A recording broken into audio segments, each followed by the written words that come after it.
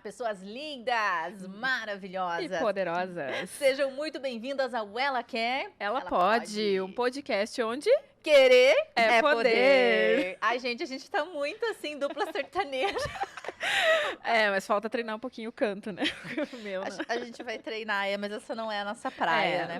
Gente, vocês estão chegando aqui, eu já quero começar agradecendo você que tá do outro lado da lente, do outro lado do fone. Muito obrigada pela sua presença. Tá gostando da nossa programação noturna? Domingo à noite, com Ela Quer, Ela Pode. Por favor, com né? vinhos e o quê? E tábuas, né? Antes da gente apresentar a nossa convidada, claro que eu vou pedir pra você, já chega colocando o dedo no like aí, por favor.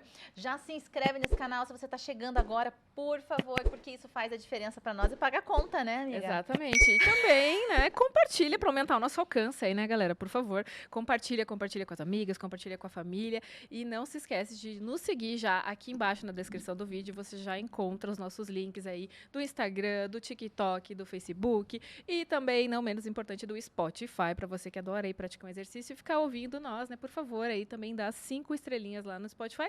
E que mais no Spotify mesmo? Sim, por favor, é o único lugar que você pode indicar convidado, tá? Eu faço questão, porque eu preciso levar engajamento pra lá. Se vocês só querem ficar no YouTube, entendeu? Vai lá pro Spotify e só lá que eu aceito indicação. Exato. Me dá o óculos ali, porque lá. eu quero mostrar algo pra você. Vamos trocar agora. Né? Ai, vamos trocar. Olha só, esse óculos aqui vocês já conhecem, o LTM, que são óculos pra quem gosta de viver, são óculos coloridos, óculos felizes, gente, por favor. Não é só óculos coloridos, tá, gente? Lá eles têm óculos pretinho, marronzinho, tem tudo que você pode querer. Olha isso, gente. Olha que abusada com essa blusa, tá ótima, amiga. Mas eu preciso tirar, porque não é. É pra quem tem estilo. Depois que nós olharmos pra nossa convidada, daí a gente pode. Aí vai embora, né? Gente, adquira logo o seu, que é um dos nossos patrocinadores, LTM. Aponte agora mesmo a câmera do seu celular no canto superior dessa tela, onde tem o QR Code, já garoto seus 10% de desconto. Qual que é o Ela cupom? pode 10. Ela pode 10. Por favor, né? Acesse aqui o QR Code no seu canto esquerdo superior e acesse lá, coloque o nosso cupom. Ela quer. Ela pode 10, desculpa. Ela pode 10. É isso aí. Que mais, amiga? Vamos agradecer também a You Can, gente, nosso vinho de lata aqui presente em todos os nossos episódios, né? Agora, né, com muito mais, né? Domingo à noite, você também que gosta de tomar o seu vinho, então tome seu vinho com a gente e já faça seu pedido lá para You Can, tá? You Can, além desses vinhos maravilhosos, você também pode personalizar a latinha aí para o seu evento com o seu nome, né? Deixar ela aí com a cara do seu evento. Então, acesse também o link da You Can, vai estar aqui na descrição para você fazer o seu pedido e tornar sua festa aí muito mais personalizada com os vinhos da You Can. É isso aí, gente. Estamos aí estreando, né, já no segundo episódio, na verdade. Estamos com a joalheria Geara, Joalheria Design, tá? São joias exclusivas, confeccionadas artesanalmente, especialistas em pedras e pérolas, encomendas especiais, reformas e pequenos reparos nas suas joias. Como vocês já viram, uma das peças aqui, essa aqui, que ela é uma madeira toda trabalhada manualmente, tá? Você vai ver que ela tem diamante, pedra, tem o nome dessa pedra que agora eu esqueci, deixa eu ver se tá aqui, ó, opala. Opala, diamantes e ouro. Maravilhosa. E você pode fazer a joia que você tanto imaginou, né? Você não precisa ficar preso numa coleção. Exatamente, eles também podem personalizar ali. Você que tem daqui a pouco uma joia que não usa mais e que quer mudar, quer transformar, quer dar aquela repaginada, fala aí com o pessoal da Geara Joias que eles vão trazer um atendimento personalizado para você e fazer a sua joia única. Apoiadores, nós temos a X-People, Fatoron. A Fatoron e o Cristal, né, gente? Né? Não podemos deixar de agradecer o Cristal com essa estrutura maravilhosa, com essa equipe maravilhosa que nós temos aqui para fazer tudo isso acontecer, chegar até você com qualidade. É isso aí. Vamos para o nosso convidado? Vamos! Da noite, Vamos por lá. favor. Estamos com Ali Menini, piloto de automobilismo, mãe e tradutora. Vocês vão entender isso melhor. Não. Está nas corridas de carros há 3 anos, mas começou no kart aos 11. Tem mais de 15 anos na área de tradução e interpretação de conferências. Fez diversos cursos de pós-graduação em áreas gerenciais. Ela já falou que ela queria fazer todas as faculdades do mundo, mas nessa vida, infelizmente, não dá, entendeu? Nessa vida ela tá dando o máximo, ela já vai falar mais sobre isso também, tá? Que linda! Olha só, em áreas gerenciais, ela tem diversos cursos de pós-graduação em áreas gerenciais e hoje atua fortemente em causas sociais como o Outubro Rosa, empoderamento feminino e contra o abuso e assédio de mulheres e crianças. Ali, Ali, seja muito bem-vinda. bem-vinda. Todo o nosso respeito. Imagina, obrigada, meninas. Primeiro, eu quero muito agradecer por vocês me aceitarem aqui nessa mesa. Imagina. Eu acho que a gente tem tanta coisa a falar, né? Meu Deus do céu. Com certeza. Quando eu paro para olhar para minha vida, assim, em retrospecto, eu falo, caraca, muita coisa já aconteceu, né? Tamo aí. Gente, eu conheci a Ali no meio de uma campanha de Outubro Rosa, sabia? Não sabia. Aham, nossos destinos se cruzaram, a gente se cruza, era pra estar aqui, era pra ser, né, Ali? Quem é a Ali que tá na nossa frente? Essa pergunta é a mais difícil de todo o podcast, sabia? Nossa, e é bem difícil mesmo, né? Eu acho que, engraçado, quando veio a ficha para eu preencher com os meus dados ali, né? Falar o que eu faço, quem eu sou, né? De onde eu venho, para onde eu vou, sempre me dá uma travada, porque eu sempre acho muito importante colocar que eu sou mãe, sabe? Eu acho importantíssimo falar que eu sou mãe, porque na vida que a gente tem hoje, né? Nós mulheres, assim, claro, existem mulheres profissionais exímias no que fazem e que ainda não são mães ou não têm o desejo de ser mãe. Mas a gente sabe que o papel mãe é um trabalho também, né? Ele exige bastante da gente, exige atenção, exige muito da tua força mental, né? Então eu já começo dizendo assim, sou mãe. E aí vem todo o desencadear de coisas que eu faço, né? E eu acho que essa Alessandra que está aqui hoje conversando com vocês aí de casa, é uma Alessandra que está tendo a sua segunda chance na vida, ou uma segunda vida, né? Como a Marcela falou, a gente se conheceu numa campanha de Outubro Rosa. Eu já tinha terminado meu tratamento de quimioterapia, mas a vida pós-tratamento é a minha segunda vida, né? Então é tipo assim, Deus está me dando uma segunda chance e eu preciso aproveitar da melhor maneira possível. Maravilhoso. Eu que não conheci você no Outubro Rosa, enfim, eu queria que você contasse um pouquinho, assim, o que aconteceu, como é que foi, contar, assim, a gente sabe, né, que você teve ali o diagnóstico, né, do câncer, enfim, até por isso, né, para você que está nos ouvindo, mas eu queria que você contasse desde o início, como é que foi, porque a Marcela me contou uma história ali que foi até meio inusitada de como que você descobriu, né, eu queria que a gente começasse pelo começo, assim, e fala um pouquinho da tua história também, lá do teu início, você já falou aí, mãe, né, Sim. mas voltando lá, vamos voltar um pouquinho, você contar pra gente aí como é que foi, o que aconteceu, quem é a Ali, né? O que você faz? Conta pra gente. Então, a Ali é uma pessoa, assim, que acho que veio pra Terra para viver intensamente. Não tem como dizer que não, sabe? Tanta coisa aconteceu. Eu venho de uma família bem simples, bem humilde, né? Não tenho nada, assim, absolutamente nada de tradicionalismos e etc. Muito pelo contrário, né? Meu pai e minha mãe são pessoas bastante simples, bastante humildes, muito trabalhadores, muito dedicados, esforçados, né? São duas pessoas que eu tenho uma admiração, assim, um respeito gigante, uma admiração gigante. E eu me sinto de verdade muito privilegiada em ser filha deles, né? Eu acho que todos os valores do que é certo, né, do que eu quero alcançar, como chegar nos meus objetivos, né, da maneira que não prejudique ninguém, tudo isso eu devo a eles. E da maneira, assim, do jeitinho que meu pai sempre conversou comigo, com as minhas irmãs, hoje mesmo eu refleti sobre isso, né, com meu namorado, eu falei assim, o meu pai, ele falava coisas da palestra do Sérgio Cortella antes mesmo de Sérgio Cortella ser Sérgio Cortella, sabe? Então, meu pai sempre foi uma pessoa, assim, muito do diálogo, né? Esclarecer as coisas, trazer uma linha de raciocínio para o que ele estava tentando explicar, passar, ensinar. E eu sempre tive um vínculo, acho que muito forte com ele, assim, nesse aspecto, né?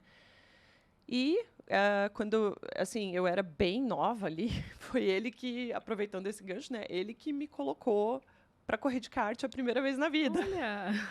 E foi muito legal, assim, foi uma descoberta muito gostosa para mim, né? E que permaneceu, né? Foi uma coisa que entrou na minha vida quando eu tinha lá 11 anos e ela nunca saiu 100%. Sempre estava ali me acompanhando, né? Às vezes mais de perto, às vezes mais de longe, mas sempre estava ali comigo. E acho que, assim, fui crescendo, fui me descobrindo, né, em várias coisas que aconteceram na minha vida. Eu acho que, infelizmente, assim como várias outras mulheres, passei por um relacionamento que não foi uma das melhores coisas, assim. No entanto, eu me afastando do lado prejudicial desse relacionamento, eu consegui enxergar, aprender coisas, e principalmente aprender assim onde eu não quero estar, né, ou como eu não quero ser tratada. E tudo isso foi me fortalecendo no caminho, né? Deixa eu ver o que mais. Nossa, é tanta coisa. Bom, Que idade tem tua filha? a Sofia, pois é, a Sofia, lindinha. Ela tá com 9 anos agora, mas daqui um mês ela tá fazendo 10 já. Minha princesinha. A idade da minha filha, a mais velha, né? Tenho duas. Tem uma de 7 e outra de 10. É uma virada de chave, né? Ela tá em plena virada, assim. Sim, não, a minha filha também. E outra coisa que é muito legal, assim, né? Eu acho que o fato de eu hoje estar tão envolvida com essa coisa da presença da mulher, a aceitação, né? Eu tô no automobilismo e minha filha joga futsal. Ela é goleira de futsal de time misto. Então, assim, ela ela se colocou, acho que numa posição no time ali que, gente, eu quando era menininha, eu não queria ir no gol de jeito nenhum, porque era só levar bolada, tal, eu morria de medo. Você vira alvo, né? Exato. E ela tá lá. E assim, influência zero. Não fui eu que cheguei e falei, filha, vai ser goleira, filha, vai jogar futsal. Nada. Ela que escolheu, ela se dedica, ela gosta muito. E esses dias foi muito engraçado. Assim, a gente foi no salão, eu fui fazer a unha, ela falou, mãe, quero cortar o cabelo. Eu falei, tá bom, vamos lá. Marquei horário para ela. E aí ela, mãe, eu quero cortar o cabelo bem curtinho. Eu falei, que nem você fez antes? Porque ela já tinha cortado o cabelo curto. Ela, não, mais curto. Daí eu, Mesmo? bora, filha. Vamos lá, então. E ela cortou e ficou uma graça. E engraçado que, e isso eu acho que é uma baita lição para todas nós, sabe? Ela falou assim, ai, mãe, mas eu tenho medo do que meu pai vai falar. Acho que meu pai vai dizer que achou horrível, meu pai vai ter um ataque, meu pai vai morrer do coração. Falei, filha, é o que você quer? Ela, ai, mãe, mas eu quero. Falei, então vai e faz, filha. Sabe? O cabelo, se você se arrepender, não gostar, cabelo cresce de novo, né? A gente vai ter o cabelo aí, teu cabelo vai estar lindo de novo, vai ficar bonito para você. E ela, então tá bom. Então, mesmo com aquele pezinho no receio, com aquele pezinho no medo da rejeição, principalmente na idade dela, né? Menina, 9, 10 anos, meu Deus do céu. Ela foi lá e fez. E isso me enche de orgulho, assim.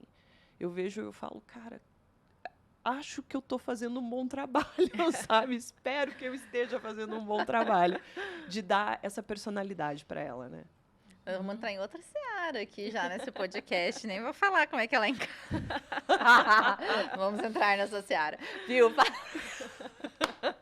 Não, mulheres, quando começam a falar das filhas... Posso né? cortar o cabelo? Não. Quando você for maior de idade, você veja o que você faz. Mas pintar eu também fico meio assim, sabe? Eu acho meio demais. Falo, cortar tudo bem. Agora pintar, não. Bom, vamos começar lá no Outubro Rosa. Tá. Como é que você descobriu? O que aconteceu com você? Bom, Que idade você tinha? eu estava com 34 anos. Eu tinha recém voltado de uma viagem a trabalho que eu tinha feito para os Estados Unidos. Eu fazia muito essas viagens, né? Então, eu saía, ficava quase um mês fora de casa, trabalhando, tal, voltava. E era um período, esses períodos de trabalho lá fora eram bem estressantes. Assim, muito puxados. Tá, mas você ia lá fora o quê? Correr? Fazia, o que tradução? você fazia? Tradução. Ia trabalhar com tradução. Tá. Então, assim, quando eu voltava para casa, era muito comum eu ter ganhado peso, eu estar, assim, tipo, bem estressadona mesmo, sabe? Perdendo cabelo, bem aqueles sinais de estresse mesmo. Ok. E eu lembro que eu tinha retornado dessa viagem e eu estava sentindo como se fosse o meu... Principalmente assim, a parte do busto, como se fosse meio estufada, né? E eu falei, nossa, eu acho que eu ganhei tanto peso que tô até me sentindo mais cheinha e tal. Só que isso eu meio que entubei. Beleza, continuei trabalhando, não sei o quê. Em novembro, era o feriado de 15 de novembro, eu e minha filha fomos no cinema. Tava calor, né?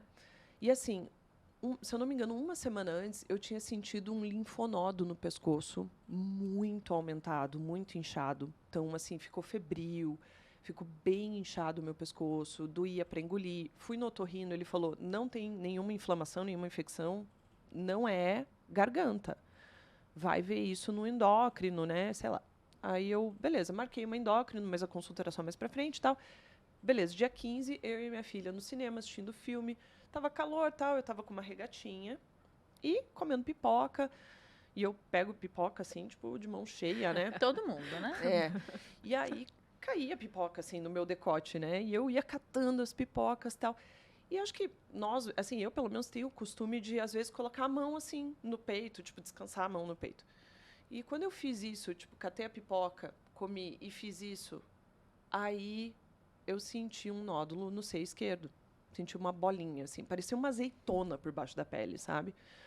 E eu, isso aqui não estava aqui, né? Não tinha percebido.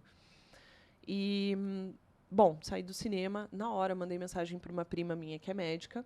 Falei, olha, tô assim, assado, tive há uns dias atrás sintoma tal, do linfonodo, tal. Ela falou, Ali, marca ginecologista para ontem e vai ver isso. E aí, a gente começa, né? Tipo, vai no ginecologista, faz exame de toque, daí depois ele pede um ultrassom, daí o ultrassom ele pede uma mamografia, daí a mamografia pede uma biópsia. Quando chegou na hora da biópsia, caraca, o negócio tá ficando sério. Porque até o momento da mamografia, você vai, faz, você pensa assim, não deve ser nada, né? Deve ser, sei lá, alguma coisa benigna. E aí, eu lembro no dia que eu fui fazer a biópsia, claro, estava bastante tensa, né? Bastante preocupada. E a biópsia, acho que dependendo do tipo do tumor e tal, onde está localizado, ela é bem agressiva, né? Ela não é uma coisa assim, tipo, ai, nossa, passei no parque. Não. Foi um negócio. E eu sou uma pessoa bem forte, assim, bem corajosa, né? Eu sou do tipo assim, vai, tem que dar ponto, dá ponto, tem que fazer cirurgia, vamos fazer cirurgia. Eu não fujo da raia, né? Mas na hora que eu estava fazendo a biópsia, que é como se fosse é tipo uma mamografia junto com uma agulha de pressão, que ela vem assim e tira a amostra, né, do tecido, né, com anestesia, claro, né? Na primeira agulhada, aquilo já... E é um disparo, assim, você escuta aquele pá! Da pressão, né? Fez aquele primeiro disparo e eu, tipo, já comecei a sentir que meu sangue estava sumindo, né? E aí, no segundo disparo, eu falei para as enfermeiras, falei, gente, eu estou passando mal, eu não estou bem. E baixou minha pressão, eu fiquei bem mexida, né? Enfim, fiz os exames, tudo, e isso era dezembro, gente. Era dia 9 de dezembro, se eu não me engano, era bem comecinho de dezembro. E, não, mentira, era 2 de dezembro, porque dia 9 de dezembro eu tinha uma competição de kart. Eu tinha uma final de kart para participar e eu porque queria estar bem depois da biópsia para poder participar dessa competição. Dito e feito, né? Fui lá, fiz a competição, venci, fiquei muito feliz. E aí, dia 18 de dezembro, dias antes do Natal, sai o resultado da biópsia e era um carcinoma invasivo. E aí, assim, é um baque, né? Você recebe a notícia e você fica assim, caraca, sério que isso está acontecendo? Mas também, ao mesmo tempo, você pensa, voltando àquilo que eu falei, né, da Alessandra não fugir da raia, fala assim, então vamos encarar, é o jeito, né? É o que eu posso fazer agora. E foi essa minha conduta, né, o meu comportamento. Inclusive, eu trouxe esse caderninho aqui.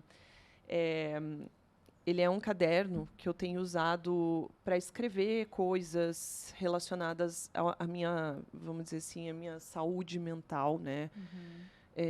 Diante de tudo que vem acontecendo na minha vida. E hoje mesmo eu escrevi, esse artigo logo vai ser publicado. Artigo, é um texto, na verdade. Logo ele vai ser publicado e justamente ele fala sobre a sinceridade que eu decidi encarar esse momento do tratamento. Eu coloquei para mim um compromisso de que eu iria viver cada momento na mais pura sinceridade, né, das minhas emoções. Então, eu não ia ficar fingindo assim, sou fortuna, nada me abala. Ou tipo, é tudo caos e, meu Deus, coitado de mim, vou morrer. Isso passou pela minha cabeça? Passou, não vou dizer que não, né? Eu tive momentos, sim, que eu estava tomando banho, chorando, me vendo num caixão. Eu sei que isso é bem forte, mas isso passa na nossa cabeça. Isso é inerente do ser humano. Eu acho, assim, é uma tremenda de uma falsidade se a gente falar que não pensei em momento algum. Eu acho que a gente acaba, né, se encontrando com essa possibilidade. Mas também tiveram dias que eu olhava assim e falava, não, tá tudo dando certo, o tratamento está sendo bom, estou respondendo bem, está tudo indo do jeito que tem que ir, então bora, estamos chegando no fim, sabe? E eu permiti tudo isso acontecer, vir para minha vida e ser sincera, ser honesta com o que eu estava vivendo. Quando você recebeu o diagnóstico, você estava com a família? Você estava sozinha? Eu estava com a minha mãe no consultório.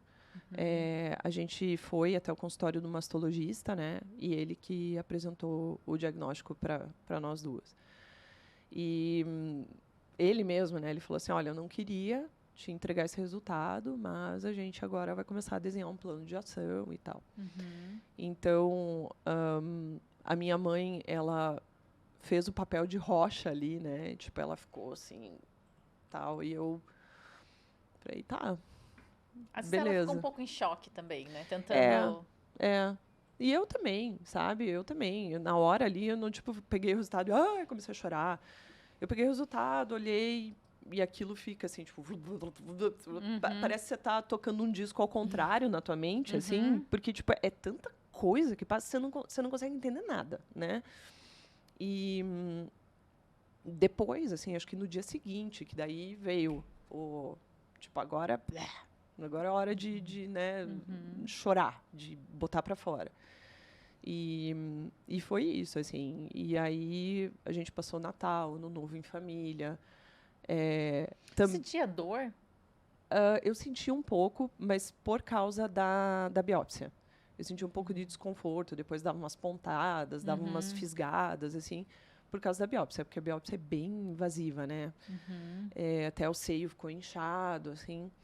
Mas, fora isso, não tinha dor, não tinha nenhum sintoma. Então, é o psicológico que você tem que trabalhar. Enquanto você está ali, você tem que trabalhar o teu psicológico o tempo todo.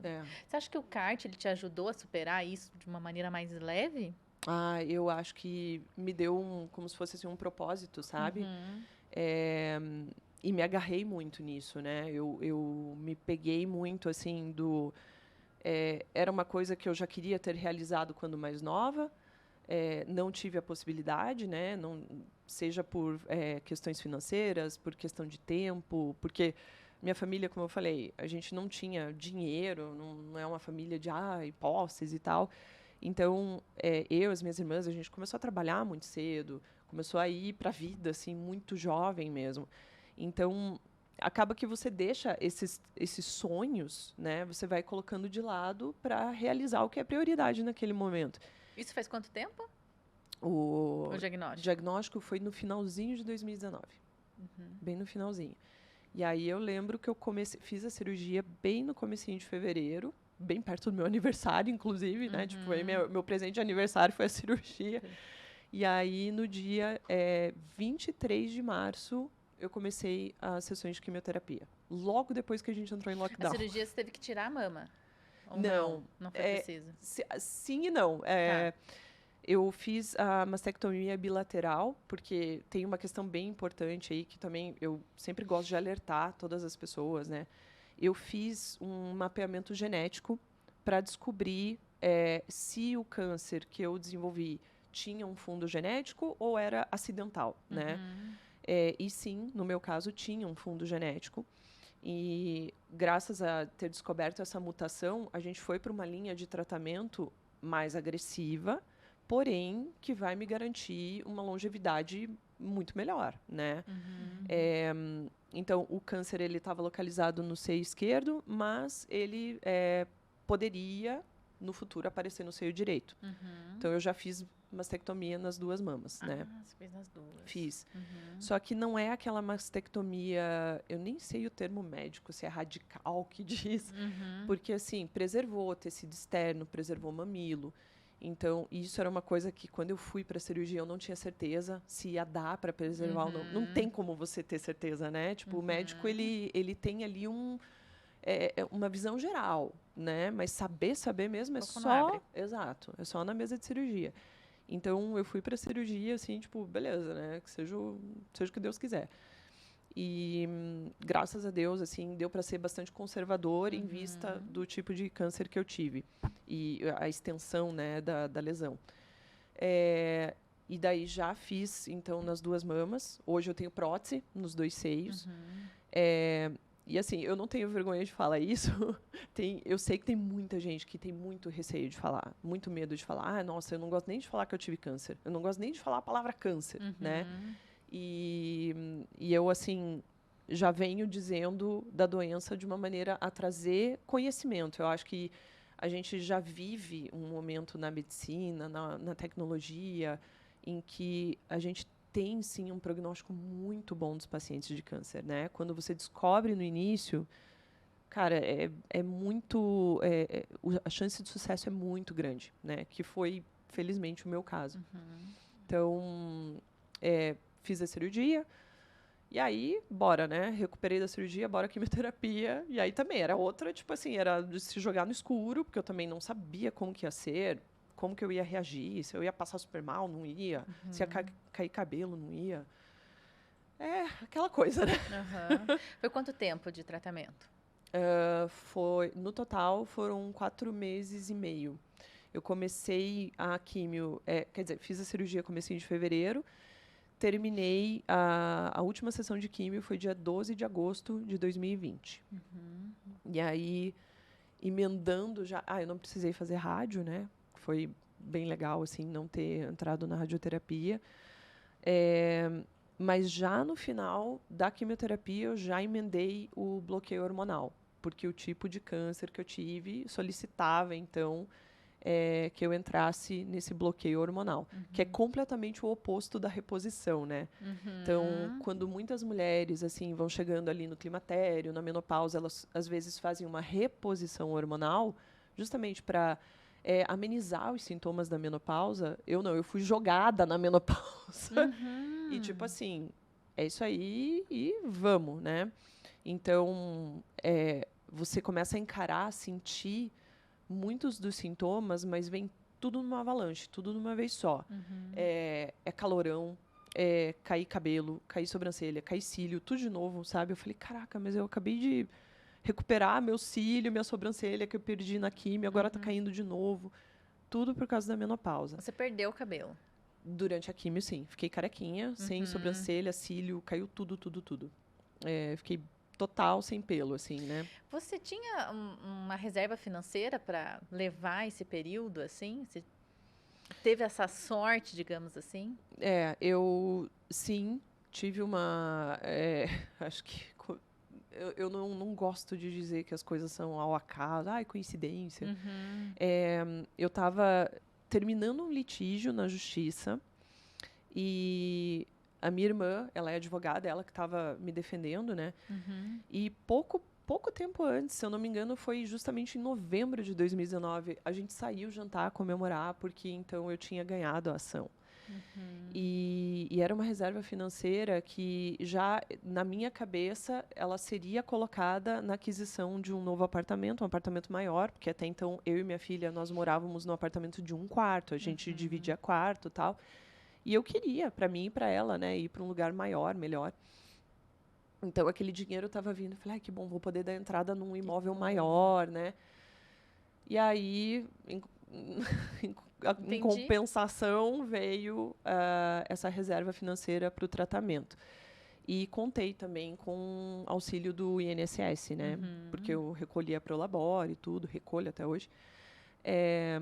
Então, eu tive esse ganho. Óbvio que, né, tudo ficou muito... A minha família me ajudou muito financeiramente com compra de mercado, porque a alimentação daí também tem que ser uma alimentação mais cuidadosa, né?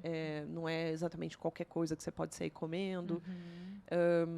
Então, a minha família teve muito presente ali. Foi como é que eu vou dizer? Um mini exército, né? Que foi montado ali. E era plano de contingência, assim. Então, minha mãe me ajudava a preparar os alimentos, dava um auxílio para minha filha que estava fazendo aula online, porque as aulas estavam suspensas, né? Ai, é mesmo. Foi bem na Passou pandemia, tudo né? Foi bem na pandemia. Daí, uma das minhas irmãs, que mora mais próximo da minha casa, ela ia até o mercado, fazia as compras de mercado, limpava, esterilizava tudo na casa dela, trazia tudo até a porta da minha casa, tocava a campainha, me dava um oi bem de longe, assim, e ia embora, sabe? E daí eu colocava as compras dentro de casa, enfim. Foi uma fase, com certeza, assim, muito diferente, muito marcante da minha vida. E mesmo assim, você conseguiu manter, assim, o teu psíquico. Porque, por que que eu falo isso? Porque as enfermeiras que acompanharam as químios dela, ela super marcou as meninas, assim. Diz que ela tornava o ambiente mais leve e ajudava os outros pacientes que estavam lá. É sério isso? Ah, meu Deus, eu vou chorar. Ai, gente, eu espero que seja verdade. Espero mesmo, Sim. porque... Foi assim que eu a conheci. Não, as meninas da clínica lá, meu Deus, fantásticas, né? Mulheres, assim, que... Isso me ocorria muito. Eu pensava muito assim, caramba, a gente está aqui passando por um tratamento que não é fácil, né? Você se vê assim numa situação em que teu corpo vai ficando frágil, sabe? Vai tudo parece que murchando aos poucos, você vai ficando mais pálido, você vai ficando com menos força, menos fôlego, e cai cabelo, e cai cílio, e para nós mulheres é uma coisa muito marcante, né? E toda vez que eu chegava na clínica para fazer a químio, a Tati, a Ana, que eram as enfermeiras, elas... Oi, maravilhosa! E eu me sentindo horrorosa. Assim. E elas falavam, oi, maravilhosa! E aí, como é que você tá? Alegrava o dia das enfermeiras, era o contrário, ela. Elas falaram pra mim, a Tati, você tem que conhecer a Ali. Eu nem sabia disso, assim. Claro que, né, a gente criou um vínculo ali muito especial. E, poxa, assim, isso é uma das coisas que hoje meio que virou a minha missão, né? O meu objetivo de vida. Eu não acho que eu ganhei essa segunda chance de viver e desenvolver o que eu tenho desenvolvido hoje para mim, meramente para mim, para a Alessandra. Não. É para mostrar para as mulheres, para as outras pessoas, porque não são só mulheres, né, que sofrem dessa doença, mas mostrar para as outras pessoas que o câncer não é uma sentença de morte e que a gente pode... É dolorido. Até hoje dói, marca, mas a gente pode sim transformar em algo bom, a gente pode sim transformar num cuidado ao próximo, né? Uma maneira de você cuidar, de chamar a atenção do próximo para que ele se observe, ele se cuide, né? Olha, assim, a vida é corrida, a vida é estressante, mas tira um tempo, por favor, tira um tempo para você. Olha para o teu corpo, olha o que está acontecendo, né? Tem alguma coisa estranha? Busca um médico, busca um auxílio, porque isso pode fazer toda a diferença para você ter muitos anos mais perto das pessoas que você ama. Sim. Né? Como é que foi, agora justamente tu falando perto das pessoas que você ama, como é que foi com a tua filha? Como é que foi esse momento, assim, essa relação? Como é que Ela tu estava encarou? saindo de um litígio, com filha pequena. Como é que foi, assim, para você administrar a convivência, falar, assim, Para ela. Como é que ela te via? Como é que você fazia? Eu decidi, porque, né, quando eu descobri, a Sophie estava com 6 para 7 anos, né? Bem nova. Eu sabia que ela não ia conseguir entender aquilo, né, de uma maneira madura, e, meu Deus do céu, não tem nem como exigir nada disso. É, mas, ao mesmo tempo, eu sempre optei pela verdade, né? Pela sinceridade, e não tentar esconder, nem fantasiar demais, assim. Então, eu falei para ela, falei, olha, filha, a mãe descobriu que está com uma doença, câncer.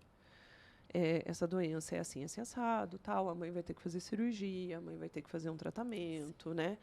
Vão ser alguns meses de tratamento e tal. E ela, tipo, na inocência de criança, assim, né? Naquela pureza da criança, ela, não, mãe, mas vai ficar tudo bem, você vai ficar bem.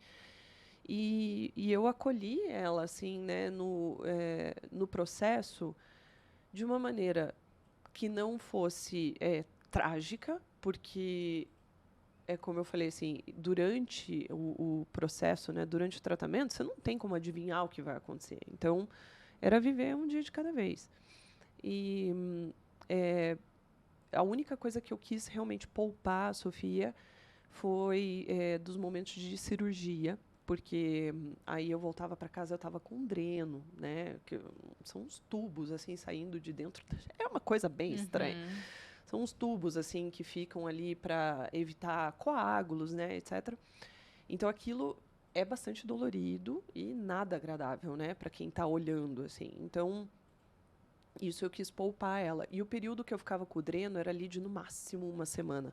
Então essa uma semana ela ficava ou com a minha irmã ou às vezes alguns dias com o pai dela. Então assim deu para a gente contornar essa parte. Todo o resto ela acompanhou. Quando eu ia, voltava de sessão de químio, ela estava acompanhando o tratamento. Legal. E tem mais uma coisa que você colocou lá no formulário que você falou, fez você refletir, que você colocou sobre empoderamento feminino e contra o abuso e assédio de mulheres e crianças. Em que momento que isso entrou na tua vida? Infelizmente, eu vou falar sobre esse episódio do abuso, né?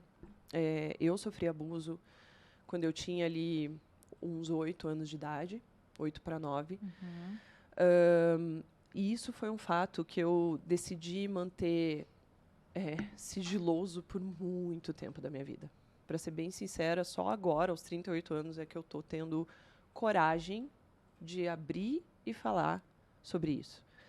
Então, você vê, foram praticamente 30 anos na minha vida, né? E eu acho que o grande encorajamento ele veio muito recente.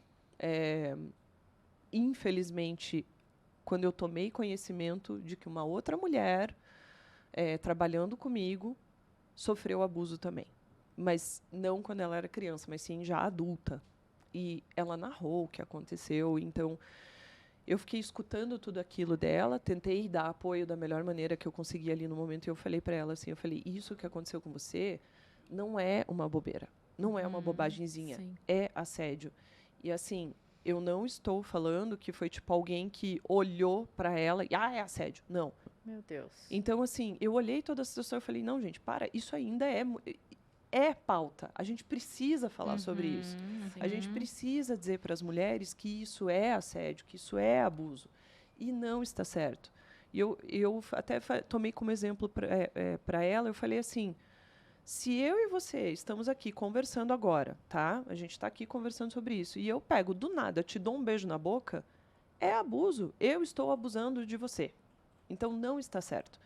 E daí, quando eu falei isso para ela, no olhar dela, deu para ver que, tipo assim... Caiu uma ficha. Caramba, é verdade. É porque, às vezes, a mulher fica se repensando. Será que eu que dei margem?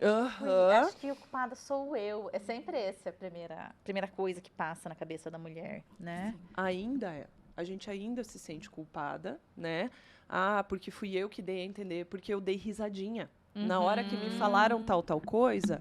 Eu deveria ter enferruscado a cara, ter dito assim, não, eu não gosto disso, para com isso. Mas não, eu dei risadinha. Mas por que você deu risadinha? Porque você não queria criar uma situação constrangedora nem para você e nem para a pessoa que está ali se passando.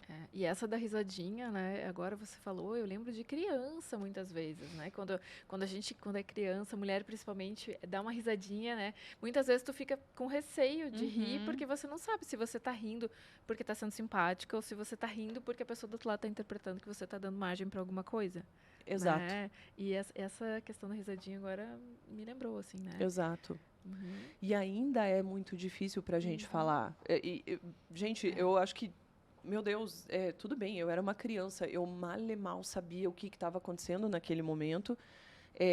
Eu consegui escapar, assim, consegui, sei lá, meu anjo da guarda, tive presença de espírito, eu não sei o que eu posso dizer, que eu senti que alguma coisa não estava certa naquele momento, e fugir do cara, né, e sair correndo, chamar minha mãe. Era assim, não era uma pessoa conhecida, não era amigo, não era parente, mas era uma pessoa que sempre estava ali pelo prédio que eu morava, né, que a minha família, eu e minha família morávamos.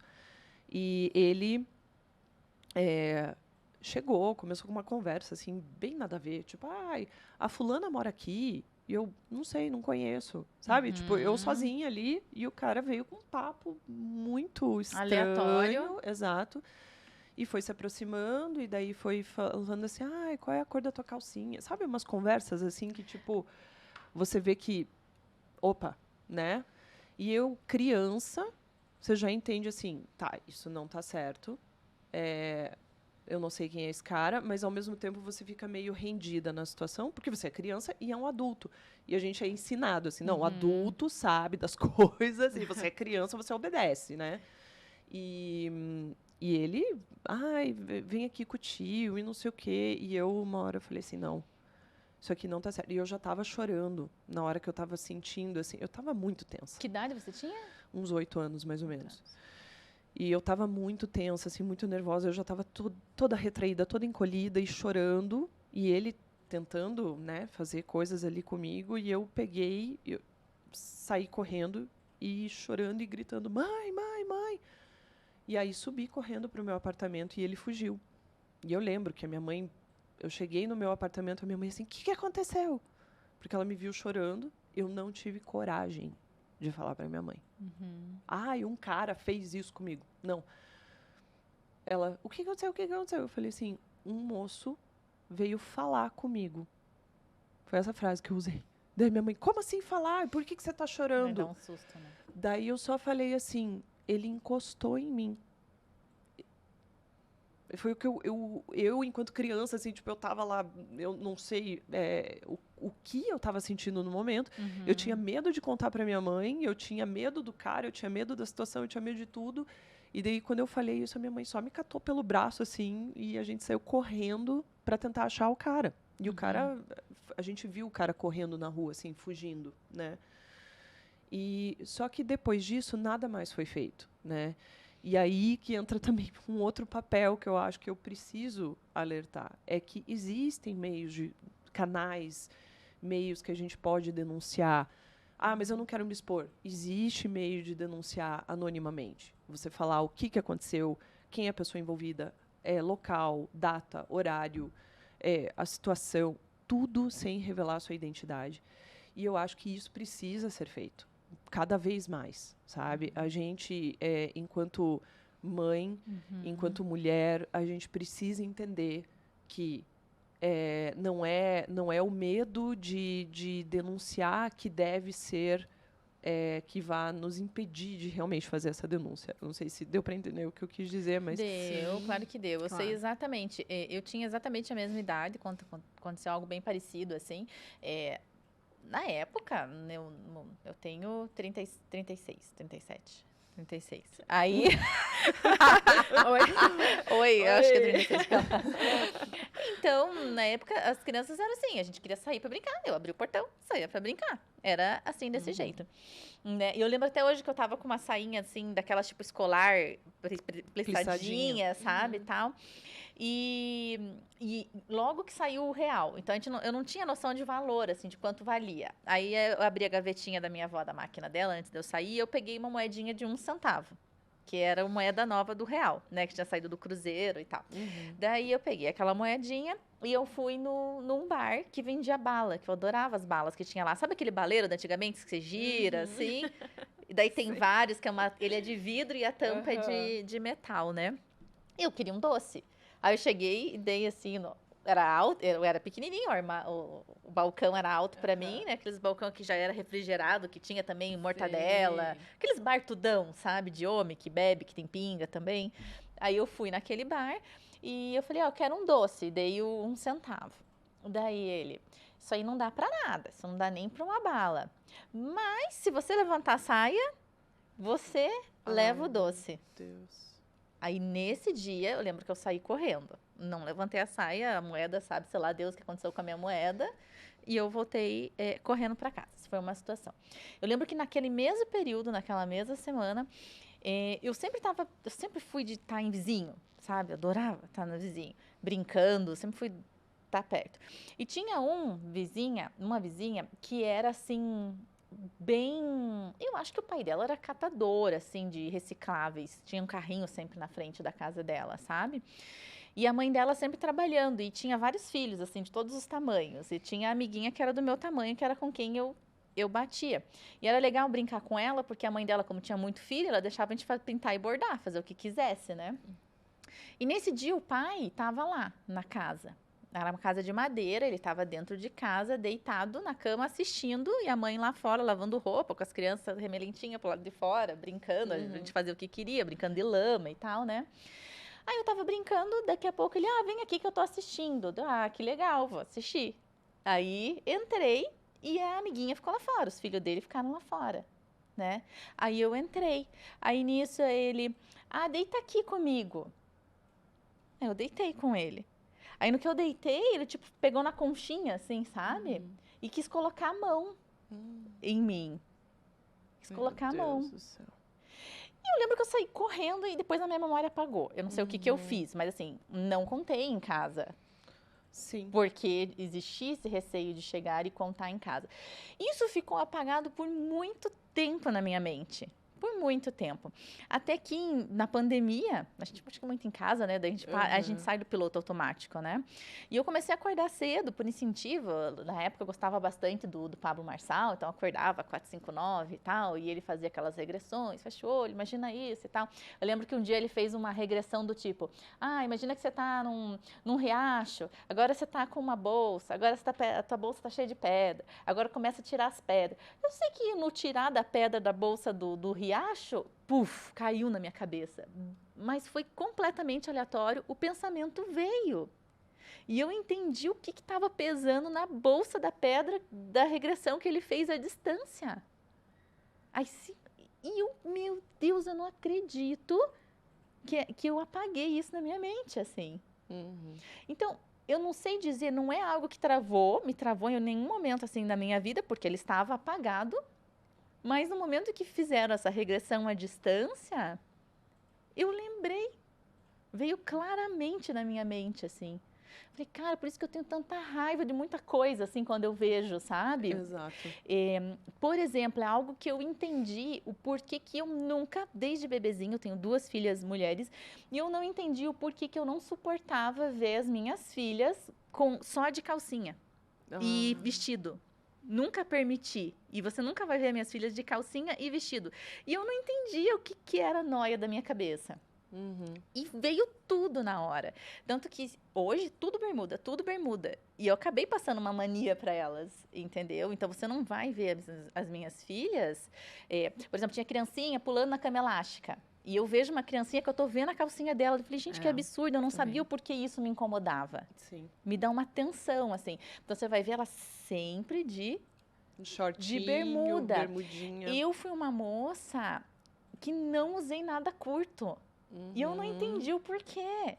Eu só fui usar shortinho curto, segura, depois de casada.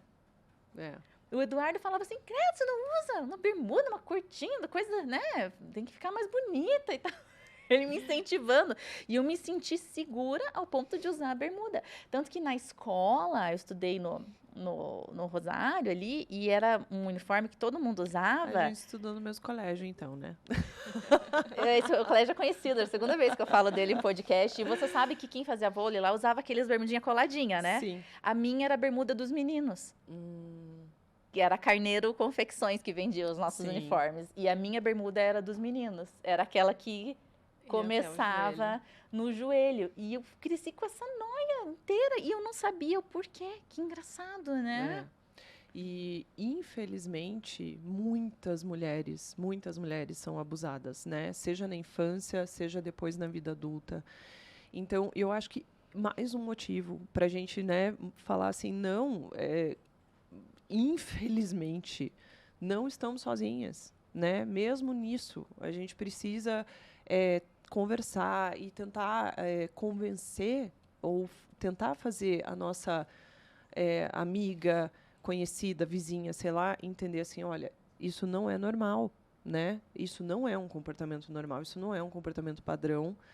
E eu acho que isso também vem muito assim vem muito da gente, né? Eu não digo quando criança, porque quando criança a gente está aprendendo a viver, está aprendendo o que é tudo aquilo.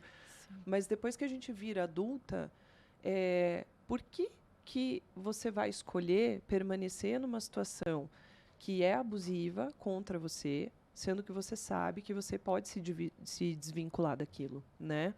Então, fazer a mulher enxergar o valor, o merecimento dela de um bom tratamento, de um respeito, né? Sim. É porque muitas são coagidas do tipo, olha, eu te dou esse emprego se você me der outra coisa em troca. Exato. Existe isso, a gente acha que não, Existe. né? Porque talvez não esteja na Muito. nossa realidade. Ou mas aquelas existe. piadas, né? As piadinhas sem graça, né? Ai, como você tá bonita. Aquele olha fundinho só. de brincadeirinha. Aham, aquela que tô brincando, né? Mas brincando. Aquelas mão bobas. São seres humanos, tá? Então, não existe é porque é só esse padrão. Não, não é. Não é. E a gente precisa se proteger achando formas de denunciar, de falar sobre situações que não estão legais. É isso mesmo. Nossa. Nós estamos com 50 minutos de episódio e, como todos os episódios, a gente não vê o tempo passar, não vê, né? Você sentiu? Não. Não sentiu, né? Não vê. Ali, eu quero que você dê a mensagem final para quem está do outro lado da lente, por favor. Bom, eu sei que a minha vida, assim, sei lá, muitas coisas aconteceram, né? Coisas difíceis, desafiadoras de lidar. Mas uma das lições, voltando bem lá no início do podcast, né? Uma das lições mais valiosas que meus pais puderam me dar é não desistir dos meus objetivos. Então, muitas vezes, a gente vai passar por desafios, coisas chatas, ruins, vão acontecer. Infelizmente, ninguém está imune a isso.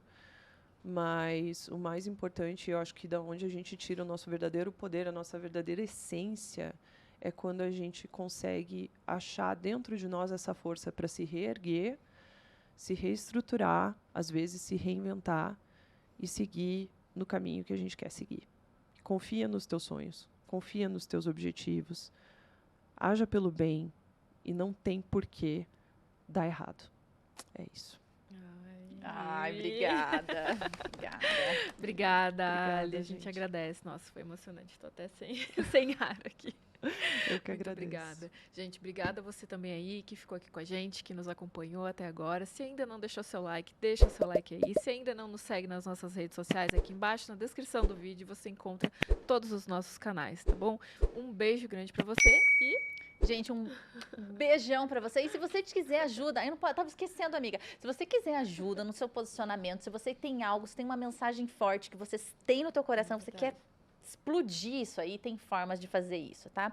Uma delas é conhecendo os arquétipos. Então, Rebeca, por favor, coloca aí o nosso QR Code, entra lá e conheça um pouquinho mais desse produto que a gente tem, Verdade. que é a melhor forma de você se posicionar aí nas redes sociais, sendo única, sendo exclusiva e conseguindo da maneira correta passar aquela mensagem que está aí dentro do seu coração. Exatamente. Um beijo. Um beijo. Beijo.